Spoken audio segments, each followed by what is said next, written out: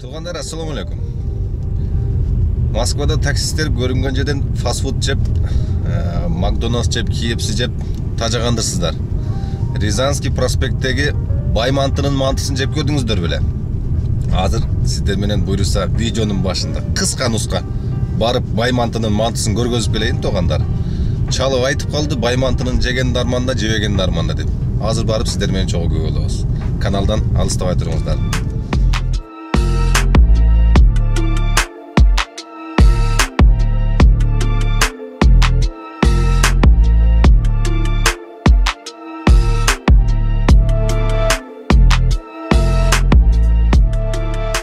Окуй өтүп кетейин дедим го. О, торговый центрдин ичинде 3-чү этажда экен, 3-чү этажда. Азыр парковка таап алабыз, сиздер менен чогуу чыгып көрөлөбүз азыр.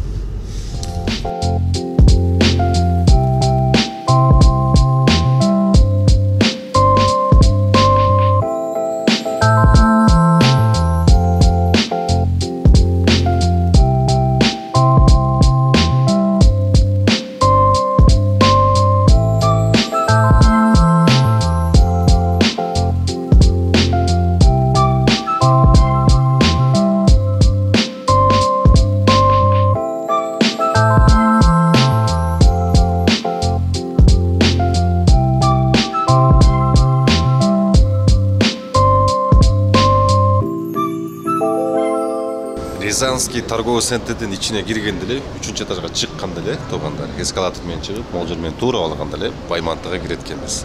Анан да бир айта кетчү нерсе туугандар, таксисттерге торговый центрдин аркасында бесплатный парковка бар экен атайын. Ошол жерге машинаңыздарды коюп, могул жерге чыгып, могул жер менен туура барып Баймантыга барабыз. Азыр мантыларын сиздер менен чогуу көрөбүз. Мынакей Баймантынын точкасына келдик. 3 түрдүү мантысы менен экен, говядина, картошка и тыквенный мантысы бар экен туугандар. Баасын айта кетейин сөз түрдө, баасы кызык да бизге туугандар. 5 түк мантысы менен нан, салат, чай менен болгону 300 рубль экен туугандар. Буйруса жакында доставкасы менен да болот дейт туугандар. Рязанский проспекттеги жердештер туган буйруса Яндекс доставкадан доставкасы менен Баймантыны үйүңүздөргө жеткизип алсаңыздар болот туугандар. Адрестерин, телефон номерлерин сөз түрдө видеонун астына жазып кетем туугандар.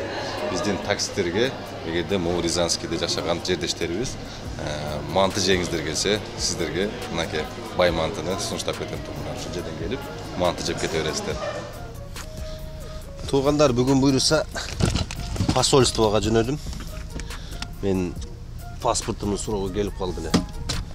Бүгүн азыр буйруса барып паспорт правалар кандай алмашып атат, эмне болуп атат, кандай документтер керек болуп атат. Ошол жөнүндө дагы бир сыйра маалымат билип келейин. Ато көптөн бери посольстводогу бар элекпиз. Эмне жаңылыктар болуп атат, тартып атабы. Ошоларды билип келейин. Буйруса азыр жөнөйм. Өткөндө билесиңер, права боюнча бул жерде только алмаштырса гана болот экен. Жанагы суроого жетип калгандарды анан кийин жанагы жараксыз болуп калган праваларды алмаштырса болот экен. Окуп болбосо стаж бастырса болбойт экен туугандар бул жердечи. Ошондой туугандар. Анан өткөндө билесиңер да, мен могу машинанын астыңкы тормозу, моусу титиреп аткан тормоз тепкендечи. Ошону устага көрсөтүп же болбосо расточка кылдырардан мурун мойкага барып туруп туугандар бир сыйра жакшылап жуудурткыла. Бир сыйра жакшылап жуудуртсаңар, приводдарын, жанагы эки тормозной дисктин ортосун кир толуп болбосо муз тоңуп ошентип калат экен кышындасычы.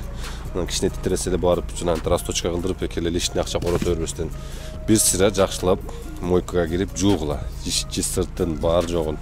Анан кийин көрөсүңөр. Андан кийин болбосо анан кийин баргыла устагачы. Ошондой туугандар, азыр буюрса посольствого барабыз. Эмне документтер керек, эмне жаңылыктар болуп атат посольствода. Сиздер менен чогуу барып көп болуп келебиз. Кеттик анда. Бүгүн буюрса понедельник болуп калды. Ишти посольствого барып, ошоларды билип, паспортко тапшырып, буюрса эртеңден вторниктен баштап ишти дальше улантабыз туугандар. Кеттик анда. Посольствого барып келдим. Билесиңер да, жерде жанагындай стратегический объект деп ал жерге тарткан уруксат бербейт. Паспорт, права, ID карт боюнча сурап келдим. Загранпаспорт боюнча, загранпаспорттун өзү эле керек экен. Кирип барып эле паспортко десеңер талон берет. талон менен сразу ушул жерде сүрөткө тартылат экен дагы. Бер жакта бир адам азыраак эртерээк барсаңар, где-то 1 сааттын ичинде өчүрүп берет экен. 1 сааттын ичинде бир 10-15 мүнөт эле ар жак бер жагын полностью бүт документтерин даярдап берип жөнөтөт экен туугандар. Ровно 40 күн дегенде келет окшойт паспорт. Мен кече күнү алып барып тапшырдым эле 31-марттабы, ушундайында уже выдача экен паспорт. Ошол загранпаспортко только загранпаспорт, ID картка акчасына 1000 сом төлөдүм. Где-то 3000 деп болот дедиле, чагымда берип атканда дагы акча төлөп алыш керек окшойт чагымда. ID карт болсо туугандар, обязательно ID картка тапшырыш үчүн Кыргызстанда учетто болушуңар керек экен да, то есть регистрация болушуңар керек экен. Меники ошо үйдө регистрацияда жок болуп калып, базадан чыгып кеткенби, же эмне болгон, короче, жок экен деп эле такыр көмбөй коюшту. ID картым ошентип тапшырылбай калды. ID карт, загранпаспорт болсо туугандар, жанагындай учетто жок болсо дагы вообще ага эч кандай немеси жок экен, влиять этпейт экен. Учетто баарыгы жок кызыктырбайт экен. Загранпаспорт любой случайда тапшырып паспорт алса боло берет экен. Ошондой туугандар. Право боюнча водительскийдин жанагы окуду деген кагазы 03 справка деп коет экен. Ошол именно правага тапшырыла турган немелер, справкалар жанагы бар. Обязательно государственныйдан дейт, частный клиникаларда болбойт дейт. Немечи справкалары. Так, анан кийин водительскийдин өзү обязательно ал жактан базадан текшергенде базадан чыксын дейт. Эгерде базадан чыкпай калган болсо дейт, ошо кетирген акчалар бүт өчүп кетет, эч кандай бу жерден право ала албайт. Кыргызстанга барышка туура келет дейт туугандар, правога. Ошондой туугандар. Толук эле жооп бердим го дейм. Адам көп посольствода. Понедельник күнү барып калдым окшойт. Мен как раз бир 60-70 адам отурат го дейм чагымда. 20-30 көп эле да, кыскасы. Биз бош жер жок, бүт бар жак жерде отурушат. Ушундай барып бүтүрүп келдим. Буйруса эми загранпаспорт бүтсө, эми границага чыгып келиш керек эми. Кыргызстанга чыгып келсемби же Турцияга чыгып келсемби деген ойлор болуп атат. Көрөбүз го. Короче, кечки саат деп коем, кечкен учту, кечки саат болуп калыптыр.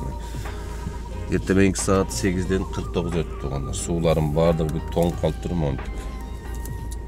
Лабойдун астына коюп алып, печинде бүт бар жогун даярдап кирип кеттим эле. Сууларым тоңуп, карашада катып калыптыр. Азыр кичине лабой коюп, неме кылып алып туруп, жылытып алып туруп, анан кийин буйруса ишти баштайбыз. Буйруса көрөбүз бүгүн кандай зарабатык кылабыз, кандай нелер болот. Линияга коюп кое берейин. Болду эми ошо тоңуп калган сууну болсо эми ичишет, эми айласы жок башка. Машинада жүрө берип эле эрип калса керек, кичине жүрсө. Ушундай туугандар. Почин түштү буйруса, коэффициент менен берди. Так, починди алып келдим. Ого, Шереметова заказ түшүп калды го, коэффициент менен иши. Биринчи заказга дагы купиц менен басам деп эсимен чыгып калыптыр да. Купиц менен басам деп эсимен чыгып калыптыр. Канча алып келдим? 898 рубль алып келдим. 265 рубль. Көбөлө сурап калат да, Нургазы, сен неге өзүң паркың бар, паркта иштебейсиң дагы? Самозанятый болуп иштейсиң дейт туугандар. Бизнес класстагыларга Яндекс 32% алат туугандар. Ошон үчүн бизге самозанятый выгодно кыйлачы. Комфорт плюстар обычный комфорт плюстар 23-24 алат го, а бизде 32% алат да. А биз какой-то бир 7-8 миң иштегендер уже 4 миң акча берип коятабыз да туугандар. Ошон үчүн бизнес класстагыларга самозанятый выгодно. Эмне дегенде купиц менен 2,5 миңге алып туруп, кээде 15 миң иштеп каласың, кээде 20 миңге да иштеп болсун, ошол кыйла выгодно. Эгерде 20 миңге иштеп отурган болсоң, 6 миң 7 миң акча жөн эле берип коесуң Яндекскечи. Ошондой туугандар. Нургазы, сен ушинтип антип дегиле. Парк керек болсо билесиңер туугандар, канча сом паркын. Сертификаты менен биздин паркта туугандар. Выплата вовремя, буюрса баары жакшы. Любой регион, любой областта иштейтин боло канча сом парк. Ал жерге визиткабызды коюп коем. WhatsApp'tan жазып документтерди жөнөтүп кошулсаңар боло берет туугандар. Буюрса марттан баштап дагы акчалай сыйлыктар, байгелер болот. бүт бар жогу сонун болот көрүшөт тургандар. Ушундай. Так, воздухты азыраак кылып коелу, чтобы камерага болбагандай болсун. Ушундай тургандар. Бир причинасы ошол. Ал буюрса Шереметовага барып, бир кайтсам. Ой, страшный суук болду. Жайнегим ачылбайт. Дворниктер жармашып. Так, 37 мүнөттө келдим по платке. 1670 рубль дейт. Азаныраак берип койду коэффициент менен, хотя бы 2000ге келемби деп аттым эле. Болмай калды. 247 рубль минуста экен да. Сменный жабыш үчүн. Ничего, аз бар. Адам аз экен бирок аэропортто. Эми чыгып атышат окшойт жүрөбүз. Кеттик.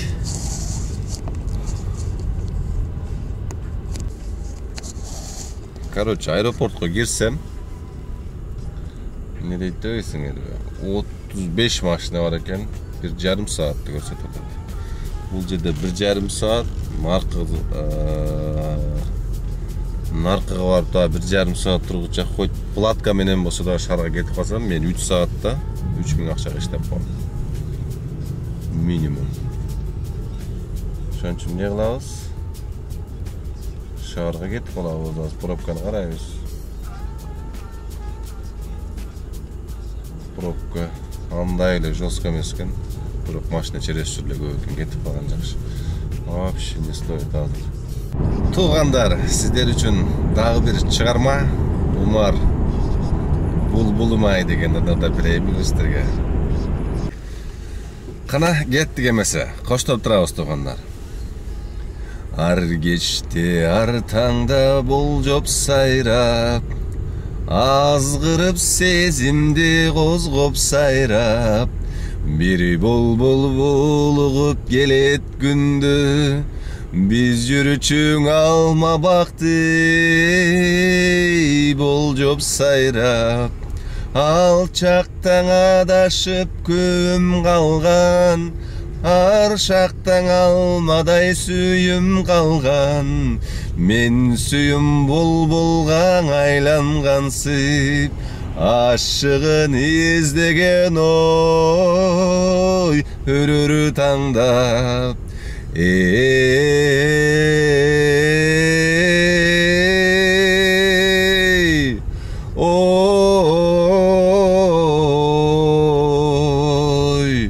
булбулум, булбулумай, булуккан кургурумай, бул кечте күнүң батпай, булбулум, неге мынчай, булбулум булуктуң ай. Жакшылык туугандар, кеттик анда ишти дальше улантабыз. Войковскийге зорго жетип келсем, дагы Шереметовго заказ берип тур го, елки. Көрдүңөрбү, аяктагылар аз 1,5 саат, 2 сааттан бери күтүп отурат. Мен уже шаарга келип, биз заказ алып, 23 мүнөттө кайра жетет экен. 24 мүнөттө, 24 мүнөттө канчага барыш мүмкүн эми? Где-то плюс-минус 1,5 миңге барсам керек деп ойлоп атам. Жок, коэффициент менен жана 1600ге баргам. 1200, 1300ге барсам керек. Так, 24 мүнөттө келдим Шереметовго. 1199га келдим. Корого келсем, жакшы кишине азайып калды. 1 саатты көрсөтүп атат, 21-25 дейт. 1 саат отурам эми көгөр. Пробкада катуу болуп кетиптир, эми күтөйүн эми. Эми күтпөсөм болбойт. Эми күтпөсөм болбойт. 1,5 саат дегенде заказ алдым Шереметовдон. Кетип калганда вариант болбой калды. Алып кетишке туура келди, айла жок. 1,5 саат күттүм, аз заказ берди. Кайкы өйдө болду экен эми.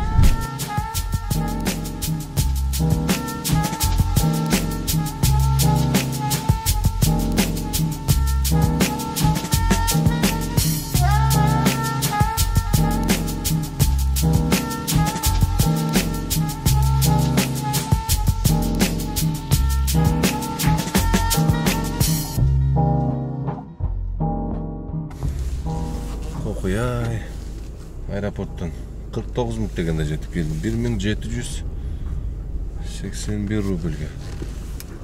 Daha platka менен түштүм да. Platka менен түшсөң эле арзан кылып коет. Бияка пробка киргенден несеси берели болуп. Ушедан заказ берип атат. 1-3 миллион дейт. Я же здесь прям. Прям келген жеримен заказ берип. На местон басып коюңуз. Так, азыр бир поселокко заказ алып келдим. 36 мүнөттө келдим. Завершить.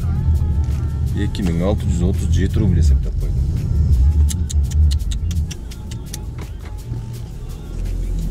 Байларга не жалко. Жашаган жери, особняк, 2637 рубль жарым саатта. Тüf. Ушинтип эле иштеп турсак. Суу коем деп аркасына эсимен чыгып калды. Чырык ката эле кайра сүрөткө тартып атты. Жанагындай эмес бекен деп атам.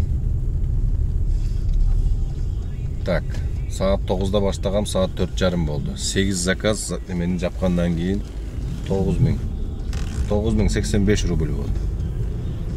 Дагы канча саат калыптыр? 4 saat 47 minut бар екен дағы. 4 saat 47 minut. Тазасы 9000 болды. Кеттік дәшет оғандар. Онда соның бір коттеджный поселокқа келіп қалдым.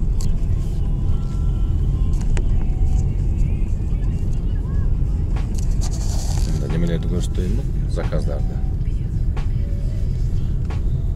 Так. 2600, 1085, 761 жарым мың. Bir zakaz 399 rubl. Бұл барып на местаны басқандан отмена қылып қойды. Бизнеске ошо на местаны басқандан кейін отмена қылса 400 рубль клиенттен түшөт по-любому. 1700, 1100, короче, заказдар жирный болду. 8 заказ тазасыз купецменден кийинкиси 9000 рубль. Эмне деп по делам коюп койсом экен эми, а? Кеттик.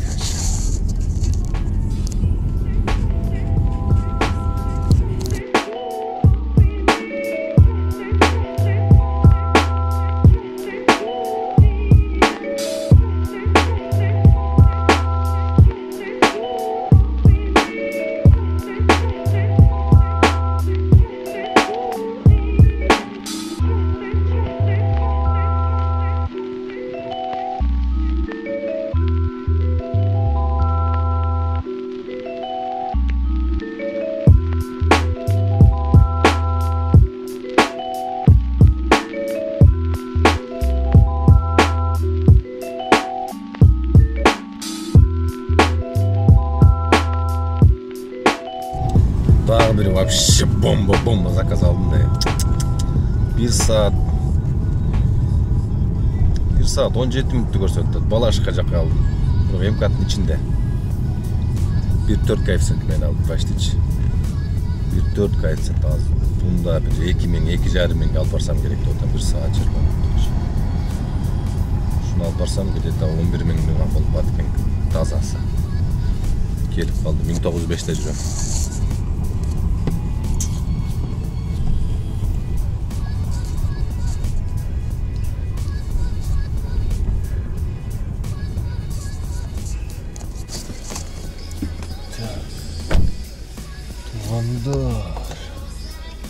Тише. 1 saat 22 minut деген аз bir zakaz алып келдім азыр. 1905-тен центр Шолковскийге келдім. 1 saat 22 minut. Завершить 3013 рубль. Мама мия oldu o ya. 3013 rubl, 1,5 saat. 1 saat 20 minut даже. Мен уже 12500 иштеп койдум, 9 заказ. 9 заказ 12500 болду. 2 заказды арып көрдү жана 2 заказды 6000 болду. Так. 2 saat 22 minut дагы немем калыптыр. Смена. Үйгө кете берсем 12 миң болду. Жок. кете берейин деп турам. 2 саат үй почти. 2,5 саат сменам бар экен. Хотя бы 2 заказ кылып кетейин, хотя бы. Бүтүп коюп анан кийин үйгө барып видеолорду монтаждап, буюрса эртең видеону чыгарганга аракет кылайын депчи. 12.500. Хотя бы 15 иштеп кетейин. Бирок өзү дагы 2 күндөн бери иштебей калдым. Так, туғандар, аз да bir заказды алып келдім. Ақырқы заказ туғандар. 1 саат 15 минут дегенде алып келдім. 1600 қанша алып келдім? 1668 алып келдім. 1 саат 15 минут, 20 минут дегенде bir қызды алып келдім. Машинадан түшіп атты. С наступающим деп атпай. Онан кейін жанагы праздник еттен праздник екен есімде деле жоқ. Вас так же деп қоям. Күлімсіреп кіріп кетті. Не күліп атады деп, машинаға отырып. Қайсы праздникті айтты деп, өлі қарасам, ертең 23 тұрғай көрсем. Вас так же деп, өзім бір ұялам, бетім қызар. Так, ошондай тұрғандар. Бүгін общий 10 заказ болды. 10 заказ 14.176 рубль болды, тазасы. 1,5 миңге солярка қойдым деп түгөнді. Уже солярка қойдап қалды машинадағы. Ушундай туғандар. Бүгүнкү да жакшы заработок болду. Канча саат сменам калыптыр карайынчы? 24 мүнөт сменам калыптыр. Башты сменам отрабатывать этип бүтүп калдым. Ушундай. Бүгүн дагы жакшы смена болду. Өтө жакшы заработок болду. Өтө көп эмес, өтө аз эмес. Жакшы 14 миң, 10 миң, 15 миңге чейин жакшы. Уже 20 миңден нар жагы уже высший болуп келет туғандар. Ушундай. Бүгүн аэропортко барсам, балдар чакырып калып, Нургазы видеолоруң өтө жакшы мотивация берет. Сен видеолоруңду көрүп алып, ушинтип мотивация алып, иштеген желаниябыз пайда болуп, ушинтип иштейбиз дейт тугандар. Өтө сүйүндүм. Мен видеолорум ушунчалык элдерге ушунчалык пайдасы тийип, кээде ырдап берип коюп атам, көңүлүңөрдү кичине көтөрүп коюн деп тугандар. Ошондой мотивация алып элетим болбостон тугандар. Не только менин видеому, дегеле по жизни деле башка китептер бар, жанагындай YouTube'га кирсеңер ошондой видеолор бар, мотивация бере турган тугандар. Ошого окшогон видеолорду көрүп, күндөн күнгө мотивацияңарды ашырып, башыңарга канчалык өзүңөргө мотивация алып, энергия алган сайын тугандар, башыңарга сонун идеялар келет. Идеялардан ишке ашырыш керек болот. Азыр бизнестин бардыгы идеяда тугандар, идеяда. Идея келип чыкса эле бизнестин келип чыкканы ошо. Идея келмейинче эч кандай бизнес пайда болбойт. Ошон үчүн эң биринчи өзүңөргө мотивация алып, идея создавать этип, ошону реализовать эткен аракет кылгыла тугандар. Жанагы бир киши акылманга келип, колуна балта берип, эгерде мынау таракты 8 мүнөттө балта менен чаап кый десе, акылмандан сурап, эгерде 8 мүнөттө чаап кый десе, сиз эмне кылат элеңиз десе, тугандар, 8 мүнөттүн 6 мүнөттүн мен ошо балтаны курчутканы кетирет элем. 6 мүнөт убактымы дейт тугандар. Бул неден далил берилет? Ошол 6 мүнөт колдон келишинче акылды курчташ керек тугандар. Жакшылап акылды курчап, жакшылап иш көрүп, неме кылса тугандар, буйруса бардыгы жакшы болот. Бардык идеяңар ишке ашат буйруса. Колдон келишинче ошондой акылды курчута турган мотивационный видеолорду колдон келишинче көбүрөөк окусаңар тугандар, ошол өтө жакшы жардам берет. Өзүңөр да байкабай каласыңар, бир күн өзүнчө эле башыңарга идея келип, бир жакшы иштерди баштап, бизнестерди баштап, ушундай жакшы иштерди баштап каласыңар тугандар. Чын, мен өзүм лично өзүмүн башыман өткөн немелерди, сабактарды айтып берип, силерге кичине болсо дагы мотивация болсун деген немеде силер менен бөлүшүп атам тугандар. Ошондой тугандар, баарыңыздардын ишиңиздерге ийгилик, буйруса алдыда жалаң гана жакшы видеолор, көңүлдү көтөргөн, силерге мотивация болгон жакшы гана видеолор чыгарам тугандар. Менде подписчик аз болуп 85 миң, 90 миң болсо деле, буйруса саны аз, бирок сапаттуу подписчиктер, сапаттуу видеолор, көңүлдү көтөргөн ушундай жакшы гана видеолор болмокчу. Ийгилик барыңыздарда. Эмки видеодо көрүшөбүз буйруса.